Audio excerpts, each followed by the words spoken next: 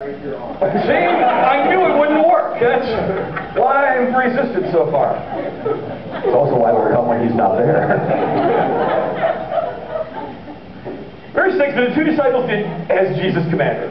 They brought the donkey and the colt to him and threw their garments over the colt, and he sat on it. Okay, now, to really get this picture, this story in context, the meaning of what's really going on here, you've got to get the context. The context is best told in the book of John. And we're going to go to John chapter 12.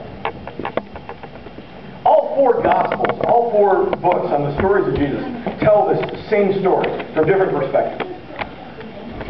But you got to back up actually into chapter 11.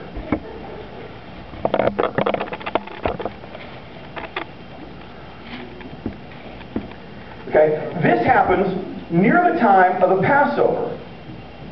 We don't know the exact time, but near the time of the Passover is the time when Jesus raises Lazarus from the dead.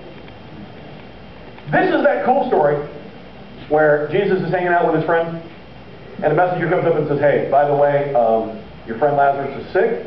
You might want to do something about that." And Jesus goes, "Thanks so much. Have a great trip home." Sits back down and does nothing for several days. Whereupon he goes, "All right, let's go see Lazarus. He's sick. He's sleeping, and I'm going to go wake him up." Whereupon his disciples, who are not the sharpest crayon in the box, go, "If he's sleeping, we should probably let him sleep, because then he'll get better. I don't know if it's the best idea, Jesus, to go and wake up a sleeping sick guy. Maybe we should let the sick guy stay sleeping. Maybe we could go visit with the family, perhaps, but let him sleep." And Jesus looks at him and goes, "Oh, okay. Let me paint you a picture. He's dead, and I'm going to go wake him up." Huh. That's an interesting concept. Alrighty then. And they go to Bethany. Mary and Martha come out and meet Jesus. And the guilt trip comes on. We've all had this guilt trip with God. If you'd been here, my brother wouldn't have died. God, if you would have showed up, this bad thing wouldn't have happened to me. And Jesus goes, "Okay, take me to the grave." And they go to the grave, and by this point all the mourners and everything come up, and everyone's like, "Oh, Jesus is going to have a moment, but why didn't he just come and heal him? He's healed everybody else. Why couldn't he heal this guy? I'm so sure." And Jesus goes, "Okay, let's roll the stone away." Jesus, visitation hours are over. He's dead. And for 4 days, and Martha says, "Jesus, I don't mean no disrespect, and I know you need to have your farewells, but he's dead and he stinks now.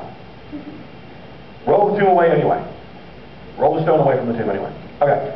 Rolls away, Jesus stands in front of it, prays and says, "Lazarus, come forth." And this dude, who's out cold, literally, comes stumbling out of the grave.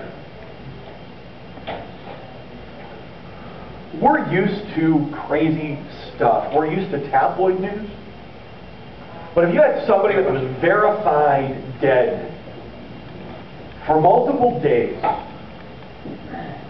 and then Rob walked into the morgue and walked up and in the witness of a lot of people and on video walked up to him and went, "Dude, let's go have some coffee."